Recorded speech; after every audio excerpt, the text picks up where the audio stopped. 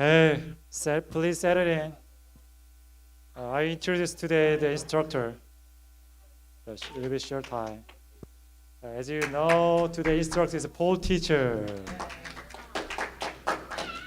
You guys know I never see that there is no. 그러니까 폴 선생님처럼 이름 따라 사는 사람 못 본 것 같아. So his name Paul. Actually, in Bible character is Paul. So he's really the passionate. He's really, he has a really clear goal, right? And then he is really the go-getter. So I'm really grateful to hold his life through this time. So through today's instruction, let us 우리 이 시간을 통해서 선생님의 삶을 좀 들어보는 시간을 갖도록 합시다. 아시겠죠? 이미 나와 있지만 우리 박수 한번. 예. Can you hear me? Can you hear me? Yes. Is this a good volume? Should I be louder? All right. Let me move this closer. All right. Can you hear me better now? Now? Okay. Okay. I have a question for you guys. How many of you guys know? So raise your hand if you know exactly what you want to do when you grow up.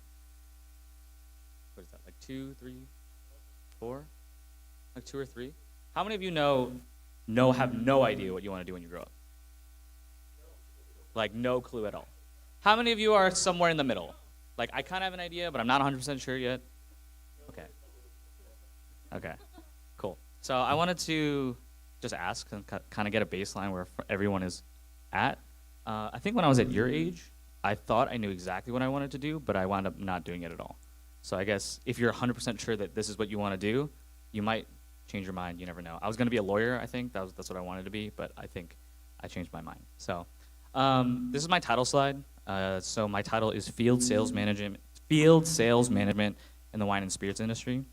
My presentation's kind of broken up into like 3 different groupings. The first part of the presentation is more about the wine and spirits industry, so that last part in the wine and spirits industry.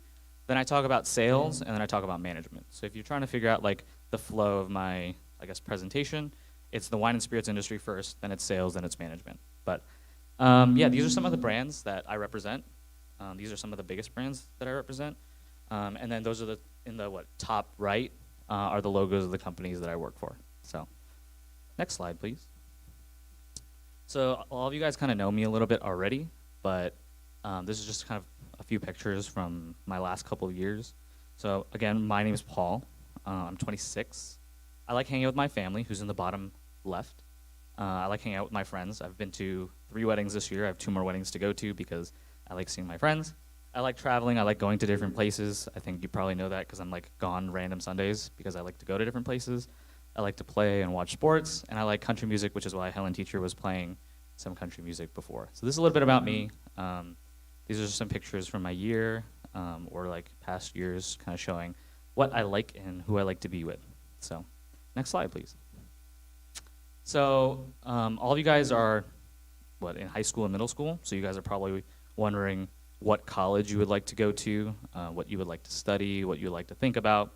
I went to the University of Notre Dame. It's in South Bend, Indiana. If you don't know where that is, I didn't know where it was when I applied to the school, but it was probably some of my favorite times of my entire life.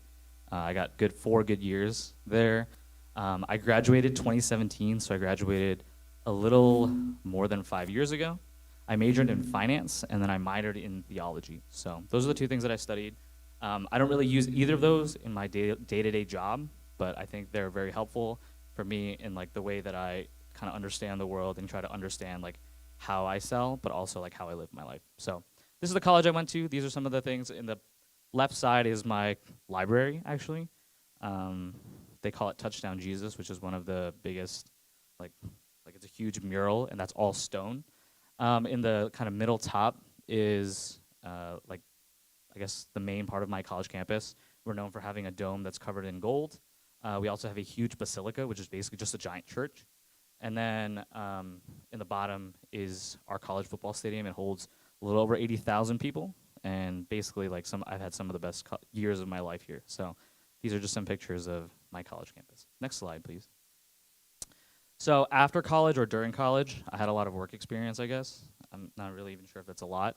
But kind of getting to where I am now, these are some of the things that I did. So I was a college ambassador for something called Tilt, which is like Venmo, but not really. It's like Venmo for groups. I was a campus rep for Flex Watches. This is not a Flex Watch, but I basically helped promote Flex Watches on campus. And then I was a brand ambassador for a brand called Pure Lift. It basically is like a caffeine that you like stir into beverages. And then I guess it makes basically any drink that you have caffeinated. And then in between my junior and senior year of college, I worked at Office Depot in Florida for about 9 weeks. So this was my work experience, if you guys kind of want to know. I haven't worked for any company after graduation besides the company that I currently work for. So this is kind of what led me into this. If you look carefully, none of it really is effectively sales. None of it's effectively management, and none of it is in the wine and spirits industry. So I guess when you're looking for things, I think when people are looking for jobs, they're like, oh, I have to work in this industry. And sometimes it's true, you have to. Like if you're in like the medical industry, you kind of should work in the medical industry. But in a lot of places, like I sold caffeine, watches, like money application, and office supplies. And I wound up doing none of those things. So like sometimes it's better to just take an opportunity before you even really jump into it, just so you can get some experience and some exposure. But this is kind of my work experience. This is the kind of the companies that I worked for. Next slide, please. So before I really get into it, there are some terms that I'm going to keep using over and over and over again. So I want you to know what those terms are. So the first term is a supplier. So if you look, there's some grapes, there's some barrels. A supplier is someone who like makes the product. So I work in the wine and spirits industry. They're the ones that make the wine. They have the vineyards, they have the factories that make the wine, they have all the barrels that age the wine, all that stuff. There's a distributor, which is separate from the supplier. The distributor is basically the person that moves product from warehouses to like retail stores. So those stores that get the product get it from the distributor, they do not get it from the supplier. So then there's a retailer, which is an account. So basically any liquor store or any like in other states grocery stores where you would buy wine and spirits, basically that's what a retail or an account is. If I keep saying retail or account or retailer, that's what that means. And then a consumer is like someone who is above the age of 21 that can consume wine and spirits and buys wine and spirits. So if I use those terms over and over again, that's what I mean. So a supplier makes the product, a distributor moves the product, the retailer sells the product, and then consumers buy the product, okay? So if I use those terms, I just want to make sure that you guys kind of understood where I'm coming from. These are the terms that I use. Cool. Next slide, please. So I have like this weird position of where I work for both a supplier and a distributor. So I'm going to first talk about the supplier. So again, the supplier is the person that makes the product. This is my supplier. It's called the E&J Gallo Winery. You've probably never heard of it before. It is the largest winery in the world. We make about 3% of the world's production. I think we make 85 billion bottles of wine a year. So kind of crazy. I think there's like another statistic that we are the largest, besides the federal, state, and local government of California, we are the largest property owner in all of California. 1 out of every 3 bottles of wine sold in the United States are a Gallo product. So basically, for every 3 bottles of wine sold, 1 is Gallo. 1 is owned by my supplier, 1 is sold by my supplier. It is privately owned, which I don't know if any of you know what that means, but most of the biggest companies in the world are publicly owned, which means that there are stockholders and there are shareholders. It is privately owned, which means that the Gallo family owns it completely in its entirety. And then it's a 4th generation family company. So the fourth generation, so from Ernest and Joe Gallo, who is the first, 4 generations down, it has gone from family to family to family, and the family still works in the winery today. And we have over 90 brands. And these are just some of them. This is not even all of them, but these are probably some of our bigger brands. I'm wearing Barefoot. This is like, I get a lot of swag. This is Barefoot. This is the largest wine brand in the world. We are now the official sponsor of the NFL, which happened this year, so that was a big deal for us. Yeah, it's like they have a lot of money. They don't know what to do with it, so they just buy things and they just take care of things. So this is the supplier that I work for. This is the supplier that I represent. We sell like pretty much everything from like a vodka to a scotch to a bourbon to red, like really expensive red wine to super cheap like white wine, like everything. Basically anything you could ever possibly imagine. So this is the supplier that I work for. Next slide, please. And this is the distributor that I work for. So the name of the distributor is Empire Merchants. We are the second largest distributor of wine and spirits in the state of New York. I think there's over 1,500 people that work for the company, which doesn't sound like a big amount, but it is a pretty large amount. Basically, any bar, club, restaurant, like anywhere that would serve wine and spirits, a hotel, liquor stores, all that. Everyone has this. Every single person in the state has an account with us. We serve over 10,000 of them, and then there are over 8,500 unique products from over 150 suppliers. So Gallo is just one of those suppliers that they sell. There are basically over 150 different suppliers that we represent. So these are some of the many suppliers that we work for. So like if you look in your top left, is that right? No, top right, Moet Hennessy. They're also referred to as Louis Vuitton Moet Hennessy. So they also own a bunch of luxury brands. So they not only own the brand Hennessy, they also own a sparkling brand called Moet. They also own Louis Vuitton. Brown-Forman, which is in your top left, they own Jack Daniels. Like basically Sazerac, which is in the bottom right. In your bottom right, Sazerac is like one of the largest like bourbon suppliers in the entire country. So there's just like a bunch of big suppliers that we represent. So again, on the supplier side, I represent the Gallo portfolio, but on Empire Merchant side, I represent all of these brands. My company sells all these brands. We ship and deliver all these brands. So that's kind of giving you kind of a perspective. I kind of work for both, so I'll explain to you how like I work for both. Next slide, please. So basically, I was a finance major. I think you guys saw that earlier. I was applying to a bunch of different finance interviews. I was like, I'm going to do finance. I'm going to do corporate finance. I'm going to work for some business unit of some company. And then it was the day before the career fair. So if you've never been to a career fair, there's a bunch of tables with a bunch of different companies, and all of those different companies have a booth where you can kind of go up and talk to people. And if you talk to people, maybe they'll give you an interview. Maybe they'll refer you to somebody else. So the day before the career fair, I applied to the Gallo Winery's job position, and within 15 minutes of me applying, they told me to stop by the table and said they would like to speak to me. So I prepared like this long, like really long monologue about how like it'd be really interesting to work for a sales organization in the wine and spirits industry, even though I was 100% intent on going into finance. So I went to the table, and they came up to me, and they basically told me, hey, you're Paul. And I was like, yeah, nice to meet you, great to see you. We looked at your LinkedIn, we really wanted to talk to you. We're gonna offer you an interview in about 2 weeks, and we have dinner tonight, and we would like you to come. So immediately off the bat, like I've never had an experience where a company really like kind of went out of their way to talk to me about that. So I did 2 rounds of interviews on my college campus. I guess they liked me, and then they basically took me out to Chicago, which is about an hour and a half drive from my college campus. And basically they took me on this really great tour of the city where they showed me how their brands are activated in different stores, in different restaurants. So that picture in the middle is the Tribune Tower, which is one of the, I guess, most famous buildings in Chicago. They took us to the very top, and they served us steak and red wine. Then they took us back to the hotel. They gave us sparkling wine and desserts. And basically from that moment on, I was like, I'm not going to work in finance anymore. I'm going to work for this company no matter what they need me to do.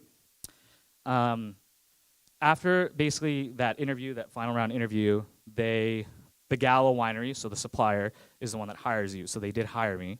And then after that, they put you into a distributor. So they put you into a different state that has different distributors. So they recruited for New Hampshire, they recruited for Michigan, they recruited for Illinois, they recruited for Indiana, they recruit for Connecticut, they recruit for New Jersey, they recruit for New York.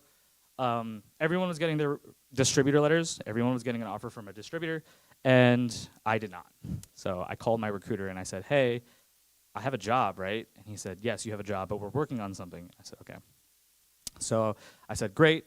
2 weeks go by. He's like, hey, Paul. This was sometime in the middle, like beginning of November. He's like, how would you like to fly home for Thanksgiving? And I was like, as a person that's never went home for Thanksgiving because it was only like 3 days and it was like a $700 flight. I said, I would love to go home for Thanksgiving. So I surprised my parents. I only told my brother. I didn't tell my parents. And they said, hey, we're going to surprise you and fly you home. But they said, while you're at home, can you do an interview for New York City? And I said, okay, sure, I will do an interview for New York City. I guess they liked me, and that's how I ended up in New York City. But this is kind of like the trajectory of how the reason why I stopped going into finance and doing finance interviews was because of this whole process. Because like they made me feel like a company that really wanted me to work for them instead of a company that like I felt like I needed to work for. So I think that's something I kind of want to note for you guys is like when you're going through college and you're going through that process, and also you're going through your job process later on, remember like how they make you feel. Like sometimes it doesn't matter what they say, but how they make you feel. Like they flew me home for Thanksgiving when I've never been home for Thanksgiving before in college. They also wined and dined me in Chicago, which I've never been able to go up this tower ever again. And then like the way that they like communicate with me, we want to interview you in 2 weeks, like when they just met me, stuff like that.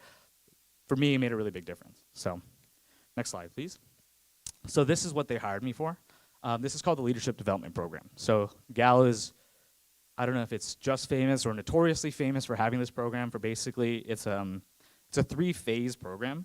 The first phase is where you do sales. You purely do sales. The second phase, which is what I'm in now, is where you manage salespeople. So that's what a field sales manager does. I've managed salespeople.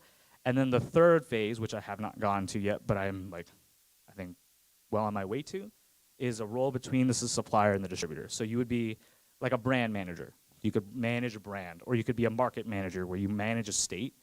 So I did the first phase. The first phase was about 3.5 years. I'm still in the second phase. I've done it for about 2 years and 2 months. And that's kind of where I'm at. But this is basically what they sold me on. They're like, this is what you're going to be doing. After phase 2, you really don't have to do sales. The reason they want you to do this program, the reason they want you to do sales, is so that when you are up in executive management and you're doing marketing, you're doing finance, you're doing advertising, you're doing PR, all this stuff, when you're doing that, you understand how the product eventually gets to the consumer. So the reason they teach you how to do this is because they want you to know what the base of our business is, so that in the future, when you're planning business holistically for the entire company, this is what you have in mind. You know what it takes to get bottles out of a store. So this is the program that I'm in. I'm in the second phase. I took care of the first phase. So again, if we were kind of breaking it up here, I talked about the wine and spirits industry, how it's broken down, my supplier, my distributor, and then this is kind of the program. This is like the way that they've led me in. This is all I know. So like I don't really have other work experience to compare this to, but this is basically like where I'm at. Next slide, please. So what is sales? I think a lot of people are like, ew, sales, like I'll never do sales. They think of that like that sleazy person that like trying to like take people's money, or like that door-to-door like refrigerator salesman that like will smash a refrigerator on the way in and be like, oh, your refrigerator's not working, you need to buy a new refrigerator. I thought the same thing, or I thought it was like cold calling people, like, oh, like I have no clients and I just have to go out and find clients. So I'm sure there is that type of sales, but the type of sales that I do is very different. Basically, when I was a salesperson, I was given a territory of about 50 accounts. They were in Queens and Nassau County. If you don't know where that is, that's in Long Island. And then Queens is obviously like kind of where Astoria and Great Neck and like all that area is. And I'm basically, this is what I like to say my job is. I like to highlight the features of a product or service. Typically, it's a type of wine or a type of spirit and what makes it special. I allow the gatekeeper, which is the person that makes the decision to buy or not buy, to understand why they need it. And then I persuade and close calls. They always say like any person can talk about a product. Any person can show people its benefits. Only good salespeople can close calls. So basically what you have to do is be able to close, and if you cannot close, you're not a good salesperson.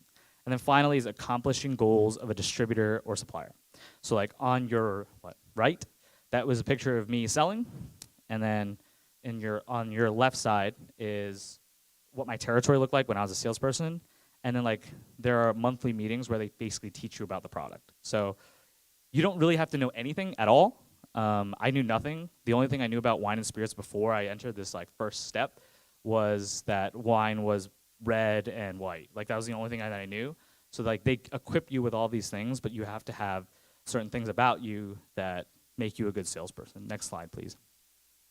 So I'll give you like kind of a day in the life.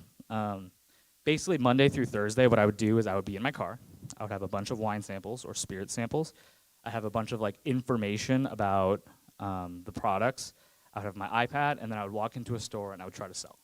I would try to sell products. I would try to sell like a new display location or a new thing. So like this is like, I like to use this as a visual. I like visuals. This is basically what my day would look like as a salesperson. I would be given goals, which are kind of in the middle of your screen. There were volume goals, which is basically trying to get people to buy as much of a product as possible. And then there were distribution goals, which is getting people to buy new and different types of products they've never carried before. And then there were activation goals, which is basically like trying to make the store look as good as possible or make your products look as good as possible. So I'll say this, the life of a salesperson is kind of difficult in that you get told no a lot. Like, no, I do not want that. No, leave me alone. No, like I'm having a bad day. I don't want to buy anything. No, I have no money. No, I have no space. But I think like the thing that I love about sales is that like it makes you a very resilient person. It makes you really like bounce back a lot quicker. Like I got a no in this account. That does not mean I will get a no in the next account. So this is something that like, I don't know. I like to think I'm a pretty confident person. The reason I'm confident is because like who cares if people say no? There are a ton of people that will say yes. And that's how I like view my sales, but that's how I also view my life is like it made me a very resilient person, made me like, okay, I can still do things even though people say no. So it's like even if this person doesn't want this product, the next person can want this product. Even if like one job opportunity passes me up, I know that there's another job opportunity out there. So next slide, please. Skills to succeed in sales. I kind of boiled it down to this. First, knowledge. So this is not something that you need to have, but this is something that you need to want. What I say about knowledge is like you should know about your industry, the wine and spirits industry, but whatever you're selling, you should know about it. You should know about your accounts. You should know about your accounts and like what their families do, right? Like it's a relationship business at the end of the day. It's not just about like selling product, but it's about building relationships with people so that they can trust you. So knowledge is like a very umbrella term. You want to know about the wine and spirits industry. You also want to know about your territory. You also want to know about what sells in Queens versus what sells in Long Island. But you also want to know like what these people like what gets them going about a certain thing. Like what certain stores really care about price. Certain stores really care about the quality of the product. Some people just care like how many cases of it they need to buy to get the best price of it. Next thing is organization. You have 50 accounts. If you do the math, you should see your accounts a couple times a month. So you need to be really organized on what accounts need to be talked about what. So if you're not organized, I would say that you should learn to be organized if you want to be a good salesperson. It's something that you can learn, but at the end of the day, like organization is probably one of the key things to talk about. Communication. I think there's a misconception about sales is that you need to be an extrovert to do sales. I guess I'm pretty obviously an extrovert, but I think some of the best salespeople that I work with are actually very like reserved and introverted, and I think that's something that like shouldn't keep you from doing sales. Sales is about relationships and building trust, and honestly, like I honestly would trust an introvert more than I would trust an extrovert as an extrovert myself. But don't feel like because you're not outgoing and like love to be around people all the time that you shouldn't be a good salesperson. But you just need to be able to communicate effectively and efficiently and be able to communicate and like understand what people say, right? Be able to listen, be able to respond. Like people always say a sale always starts at the first no. And I think that's something that's super important for you guys is like when you get your first no, it's like, okay, can you explain your hesitations, right? Like that's something for me. And then you got to listen to what they're saying and they also be able to communicate what you're trying to say, which kind of jumps into the next point, persuasion. When you talk, you should want them to listen, right? You want them to understand what you're talking about, but you also want them to like move towards what you're thinking. So I think persuasion is big. And then the it factor, I'm going to talk kind of a little bit more about it later, but like what gets you going, right, in sales, right? Like what do you want to accomplish? Do you want to make as much money as possible? But like what is your goal? You have to have a goal. If you're just trying to go out in there and sell, it's very difficult if you don't have that it factor. Again, it's not something that like you have to have now, but it's something that you have to develop and understand. So these are like the skills to succeed. Next slide, please. What is management? So again, after 3.5 years, I was I was promoted from a salesperson to be a manager of salespeople. So that's where the management portion of this comes in. So this is what management is for me. So it's meeting demands of the supplier, so my bosses, and then my direct reports who are salespeople, right? There are things that my supplier wants, there are things that my distributor wants, and there are things that my stores and my people, my sales rep want, right? And you have to try to marry those two things together and try to keep them both happy. A lot of the time they are for the same thing, but sometimes they're not. You want to take information and communicate it effectively and efficiently, and then you also want to motivate people to maximize their potential. So the thing on your left is a big display, like me and one of my sales reps and I work together to build that. That's like about 400 cases of product that we tried to build into this display. And then it's just like making sure that your people are taken care of, right? Like the term that I always use with my salespeople is always, if there's anything that you need, let me know. And I will end every call that I have with them with that, because I want them to know that I'm there no matter what. So that's what management is. Next slide, please. This is what the life looks like. It's different, right? Like, I'm not out there selling every day. I'm not out there seeing accounts every day, but I get a bigger picture view of what it is to sell, right? I give people the tools to equip themselves on how to accomplish their goals. So like on your right side, that's a ranker about how the sales reps are performing, and like a good number of my sales reps are at the top. And that's like part of your job. Like your performance is directly reflective of the performance of the people that you manage. And then there's my calendar, which is color-coded because I have 5 different salespeople that I have to attend to. And then there's always just meetings and talking, but I'm also selling. I'm also doing all those things that required of me in selling, but also at the same time, I need to be able to organize all those people and be able to send them in the right direction. Next slide, please.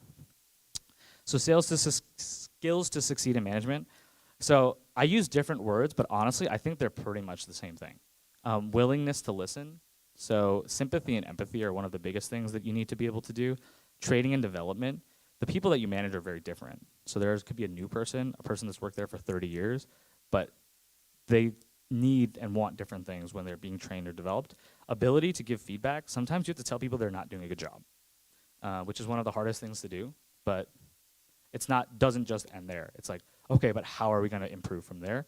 Understanding, which is almost in the same thing as listening, but you have to be able to understand where they're coming from, which is also sympathy and empathy, and motivation. So I think a lot of these words are very similar. I think motivation and persuasion are very similar. I think willingness to listen, like all of those things reflect both in the same. So that's why I think sales is a huge, good first step for a lot of people, is like, you don't have to just manage people, but selling gives you the keys to be a good manager. They're not exactly the same thing, but they help each other. So this was one of my teams when I was in upstate New York, in my top right.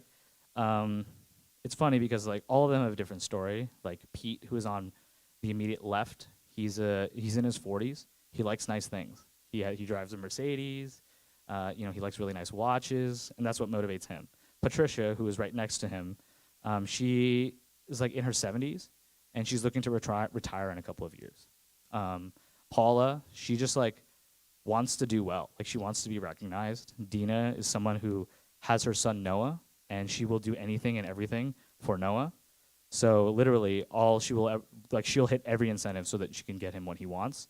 And then Artie, who is on his left, he has worked for the Gallo Winery for 30 years, and he just loves the brands and loves selling and loves being around his people. And they're all motivated by different things, but you have to be able to balance that and work that together. The one quote that I love, this is actually my direct boss. He always says this to me, and I basically live by it. He said, our job is to manage people and drive results. Those are the two things we need to do. The best managers manage their people to drive results. The worst managers drive results at the expense of their people. Do not get it mixed up. So that's something that I live by. It's like your job is to manage the people, and they will get the results. If you're so results-oriented that your people suffer, then that's when you're becoming a bad manager. Next slide, please. So the question always comes up, the first question that always comes up is how much you get paid. I'm not going to tell you how much I get paid, but I will tell you how I get paid. So unlike most jobs where you're just paid a salary, I'm paid on these different types of, metrics. So first, I do get paid a salary. You typically get paid on how many years of experience you have when you're a manager. You actually get paid commission, 100% commission when you're a salesperson. I get an annual bonus at the end of each year. if the house is profitable, which means I can get up to 15% of my salary in a bonus. I get performance-based incentives.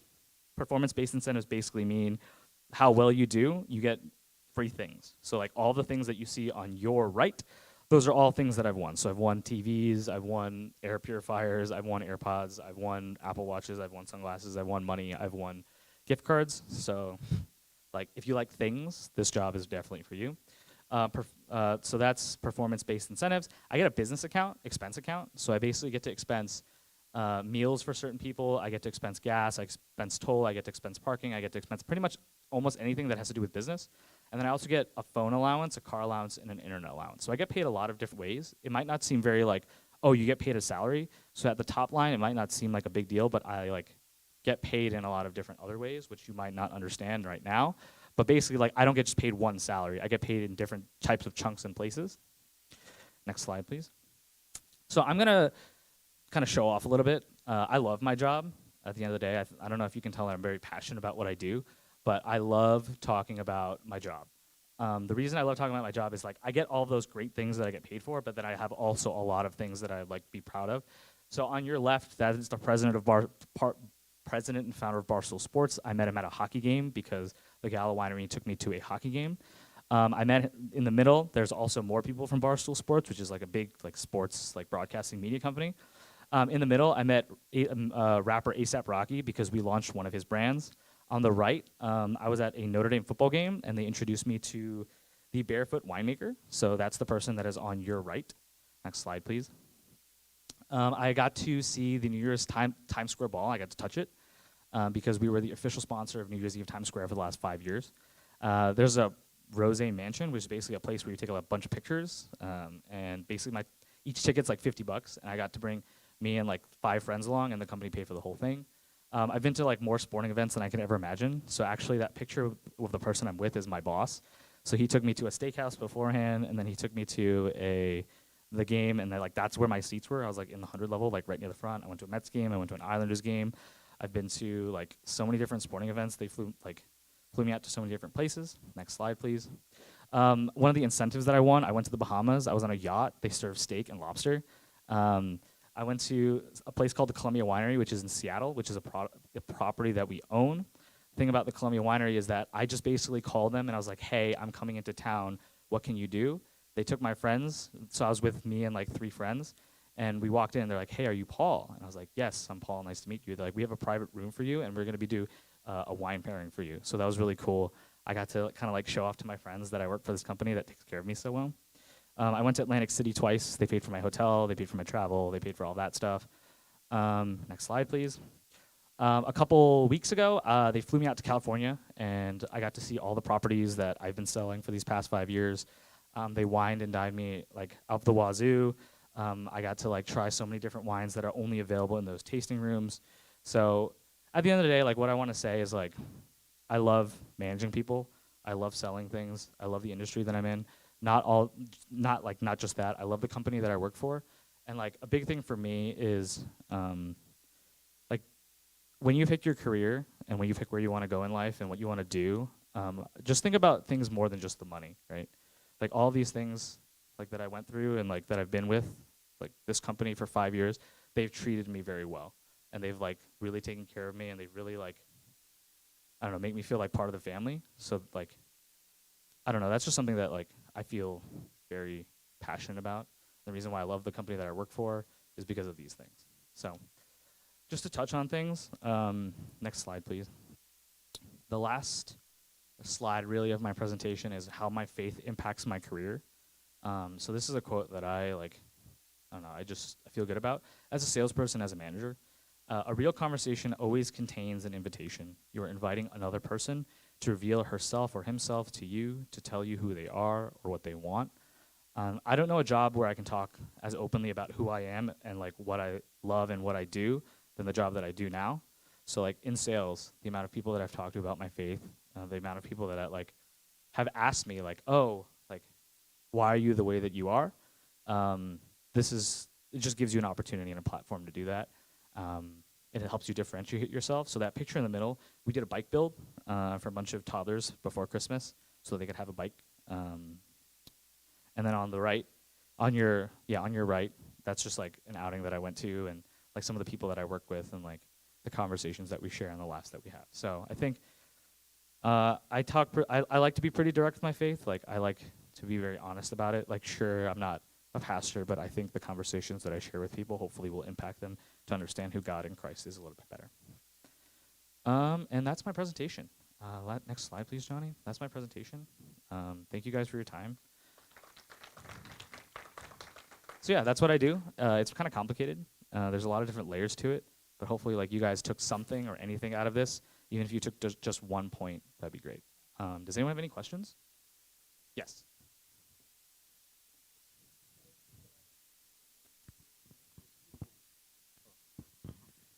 Based on the picture that you put that up, I can see the people that you manage are obviously older than you are, and more experienced than you are, right?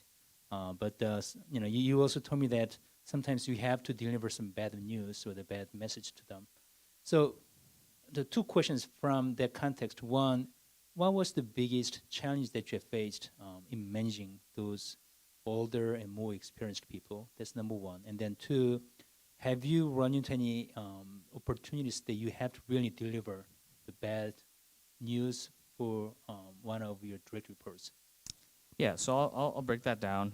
Thank you for the question. I would say for me, it's definitely at first was kind of uncomfortable to be like, oh, I manage people that are like my grandparents' age. So that was an interesting experience. But the way I always think about it is, I manage them not because I'm better than them, but because I have something to offer them and they have something to offer me. And that's the position that I come at it from. So when I manage people that are older than me, I always listen before I speak because they usually have a reason and like a logic in their mind. But I think the big thing for me is like I understand what you're saying to me, but this is what we need to do, right? My boss's boss, whose name is Steve, this was when I was 1 year into the job. He basically told me, Paul, if someone's not doing their job, what do you say? And I was trying to like fumble around, be like, oh, you gotta listen, you gotta understand the dynamics, like understand the situation, like you try to ask people their perspective. And then he said, those are all good points, but sometimes all you have to say is, hey, you're not doing a good job, but we're gonna do better next time. So that's something that I've kind of kept in my heart, in my back pocket, in my brain, is sometimes we just gotta do better next time. It's not like you're doing a bad job, period. It's you're doing a bad job, but we're gonna do better next time, and this is how I will get you there. So I think it's coming from that. So I guess in summary, like for me, age is something that like you have more experience. I have a ton of things to learn from you, but I think I have something that I can offer you, and I come from that position. And then just delivering bad feedback is like, hey, it's not just about the feedback that's bad, but it's about, hey, how are we gonna get better from this? And I'm gonna help you get there. It's not just a you thing, it's a we thing. So that's the way I try to like deliver, like be a good manager is like, I'm there with you and we will do it together. So thank you. Any other questions? Yes, David. You mentioned before about a closing call. What is that? Closing a call. So let's say I talk to you about a wine and spirit. Like let's say I talk to you about a wine. Look at this wine, it's delicious, tastes great, it's a great price.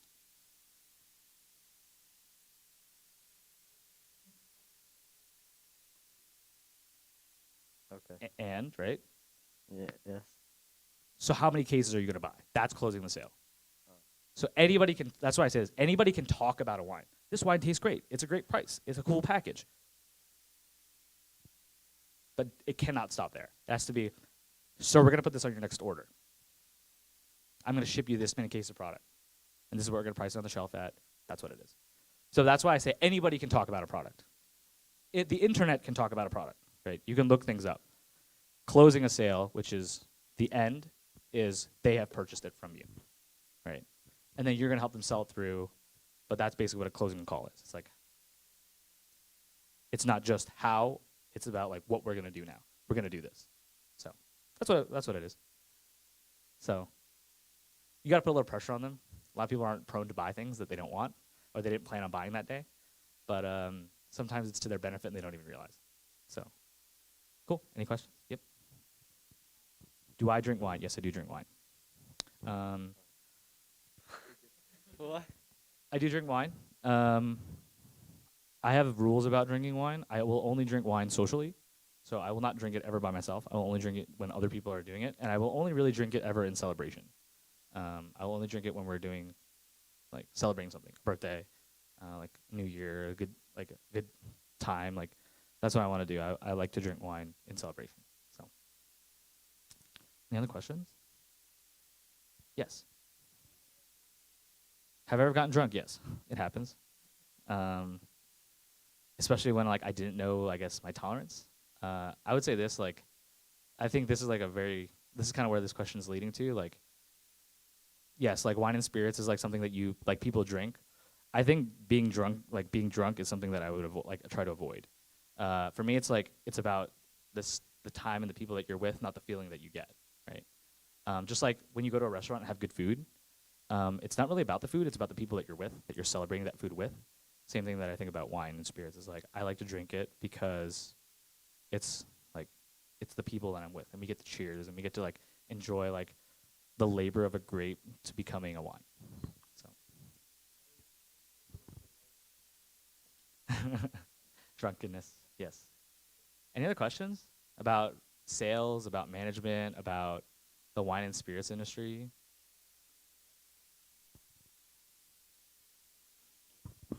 You say that the sales is the communicate is really good for me, and so as I know, the wine meaning in the Bible is meaning is a joy. So my question is, when do you the most durable in your job and the rewarding? My first question. The second question is, do you have a difficulties in your job as a Christian? If you yes, how did you to overcoming it? Yeah. So I guess I'll take this. I'll take the first question first. When do I find joy in my job the most? It's when I see other people succeed. I think it's funny because like for me, it's always been like I love to win, but I've realized that like instead of me winning, it's so much more valuable and so much more enjoyable when someone else wins with me. So I think that's something that as a manager, I've realized is like I love it. I love when people succeed. I love when people hit their goals, hit their incentives, like get to go on cool trips with me and win cool stuff. I like motivating people, so I think that's probably the best part about the job. The difficulty part of the job, I would say like the most difficult part of the job is like, I think everyone has a perception that wine and spirits is about getting you drunk.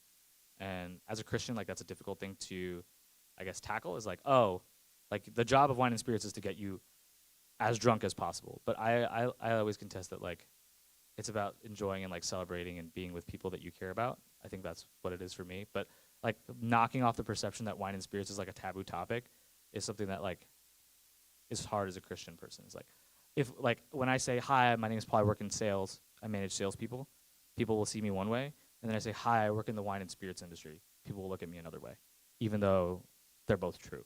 So I think that's the toughest part about a Christian is like when you say you work in wine and spirits, it's not inherently a bad thing, but people view you inherently very poorly. They're like, oh, you work in the wine and spirits industry?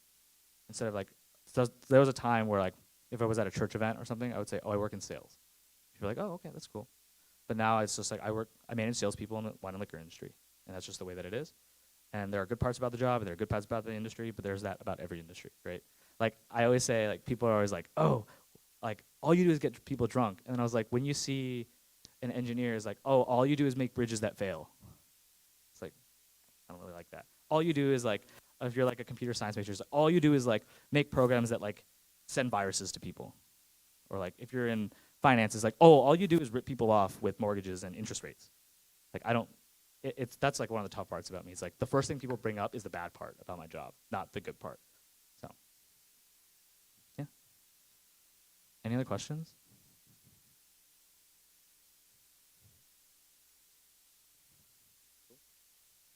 Thank you guys for your time.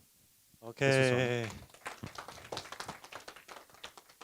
Thank you for sharing your stories. When I heard his story, I can feel you so many times trying yourself to push your jobs. Is it right? Yes. Right. Yes. So I mean, when I heard his story, I can feel he's more close to Barnabas rather than to the Paul. So, but when I see the Barnabas character in the Bible, Barnabas character is told this. He's good man. So 되게 그렇다 생각을 좀 많이 했던 것 같아. Okay, do you have a prayer request? So October, November, December is my busiest part of the year because it has a bunch of holidays. So Thanksgiving, New Year's, Christmas.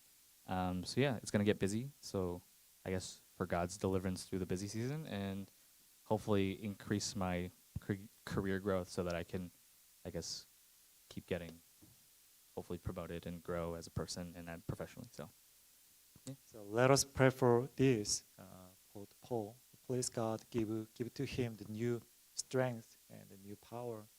Please serve the after the schedules. Let us pray for this. Let's pray.